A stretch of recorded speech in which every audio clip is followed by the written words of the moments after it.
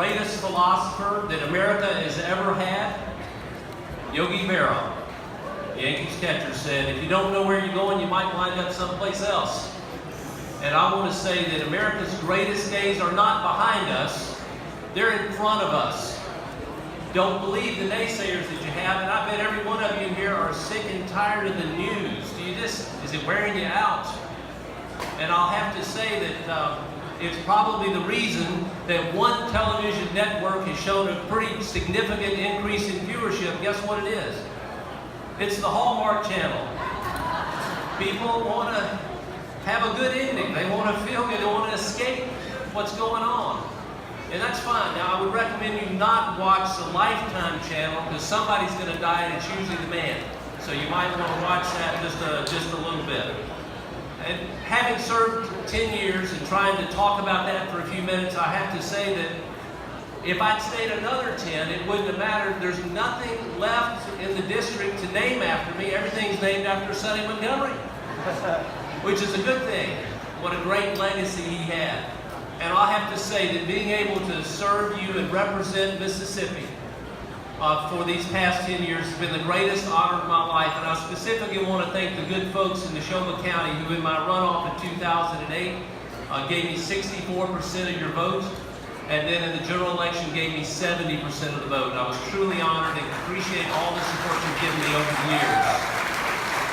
Now, I know we got a lot of young people in here, in the audience and around, and I think I should take just a moment and give a little bit of political advice, because some of them are going to run for office one day.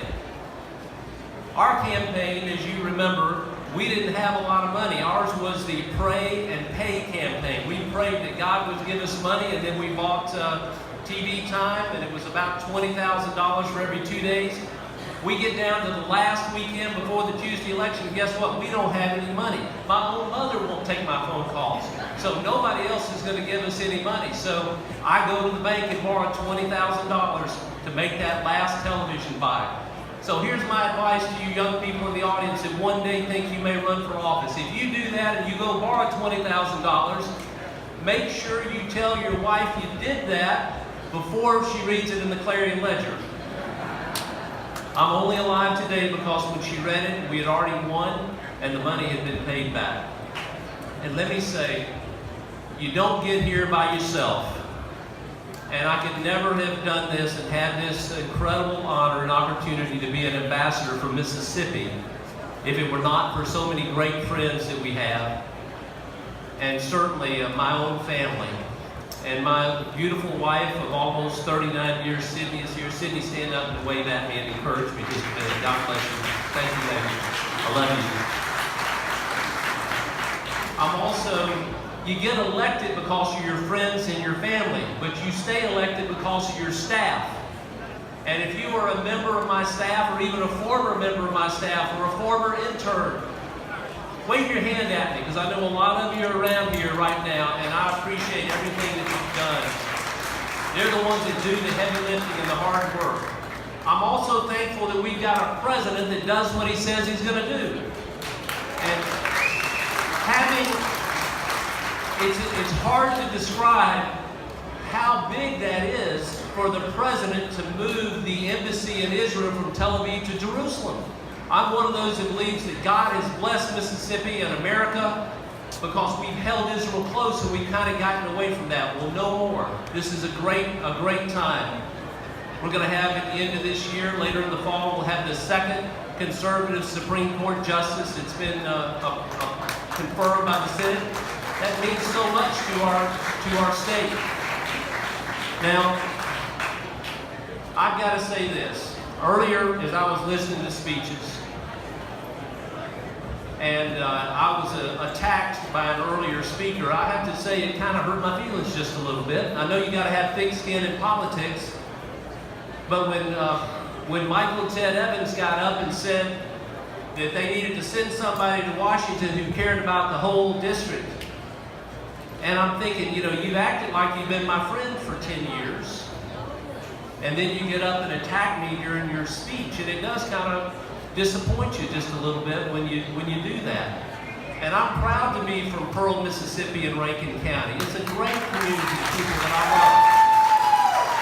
And to say that I don't care about the rest of the district and only care about Rankin County is sort of well, it's certainly not accurate, that's for sure. Because when I worked to make sure that the Mississippi catfish farmers were protected, because they were on the verge of sending catfish inspection away from USDA, where Mississippi is protected as the #1 catfish farm raised is done in Mississippi, and they're going to send it to FDA, which would have meant that the Vietnamese catfish would have probably put us out of business.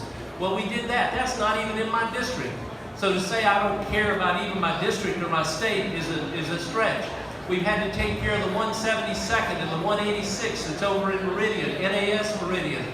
The things that we've done to try to help have been, go ask the folks in Natchez or Brookhaven or Macomb or Meridian or Newton, ask them if they've been satisfied with that. So if a person says they haven't had good representation, then you have to ask, if I've been on the ballot 11 times, why didn't you run one of those times? So here we are. We've been put in a great situation to help Mississippi. I serve on the Energy and Commerce Committee. It's an incredible place to serve. We've worked extensively on opioid addiction. I've got to take 3 rides in self-driving cars. You know, one day you're going to be in a situation where you're going to get in a car. A lot of you are going to have, a lot of you young people are going to have kids later in life that probably won't even learn how to drive. So the technology is changing. We've worked to protect on cybersecurity issues, which are so important, on the energy issues, how we take care of those things. I've also been privileged to be the chairman of the Committee on House Administration.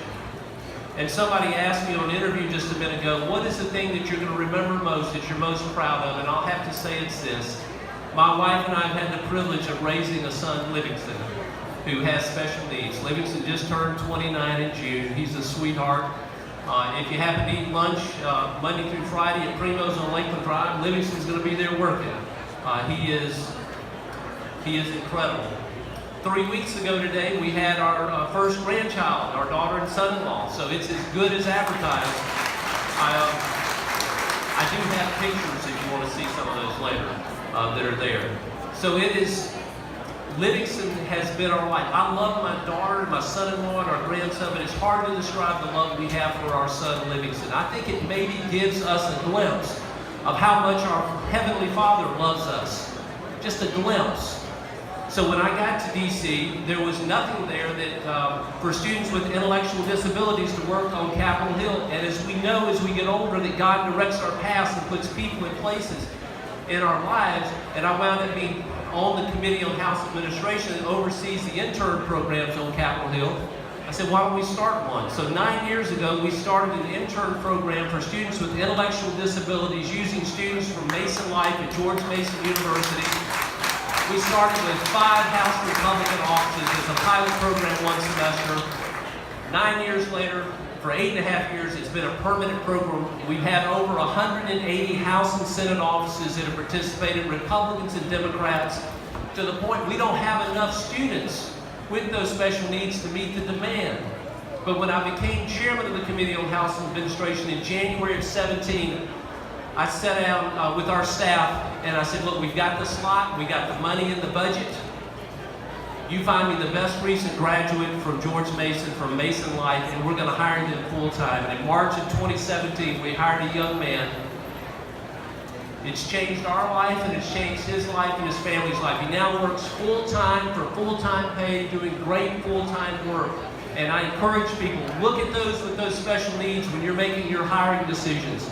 And that program that we've had for the interns, what it's done is it's changed the hearts of those staffers that were there that maybe have not been like us being around somebody with special needs. And they're going to be the ones 10, 15, 20 years from now making the hiring decisions. And we want them to look at those that are there. I believe you can always judge the character of a person by how they treat somebody with special needs. And I encourage you that we would open up our hearts. I'm very proud that Michael Guest will follow in my footsteps. Michael Guest is going to be a great member of Congress who cares about this whole state, this whole district. It's going to be special. You know, I guess we get tired. It's amazing that they went through that primary with 6 Republicans and not a negative word was spoken here that whole time. And I don't hear a single negative word until this morning when it's against me. So that's, you know, it's the way it is. But I do think it's time that we kind of calm down just a little bit. Maybe we need to settle down, watch a Hallmark movie. But I also wanted to read to you what's called the Quaker Dozen. When I got my, I got a Bible that I use recovered up at Norris Bookbinding in Greenwood, Mississippi. And they sent this back with the Bible. It's called the Quaker Dozen. It says, these 12 rules for a way of life written long ago in a family Bible still fit today's program. Let me read those to you. 1, begin each day with a prayer. 2, work hard. 3, love your family. 4, make light of your troubles. 5, follow the golden rule. 6, read from the Bible. 7, show kindness. 8, read worthwhile books. 9, be pure and clean. 10, have charity in your heart. 11, be obedient and respectful. And 12, end each day in prayer. That's not a bad thing to come back in your Bible, is it? But I want you to know this. We have the greatest state in the Union. Don't let anybody tell you anything different. We know this is the best place to live, the best place to raise a family, and I will forever be an ambassador for our great state of Mississippi. But at the end of the day, I want you to know that there's only one unifier that can bring us together across party lines to keep us calm down, to do those things. And it's the only thing that will ever matter in your life. And that's whether or not you know Jesus Christ is your Lord and Savior. God bless you in Mississippi. Thank you.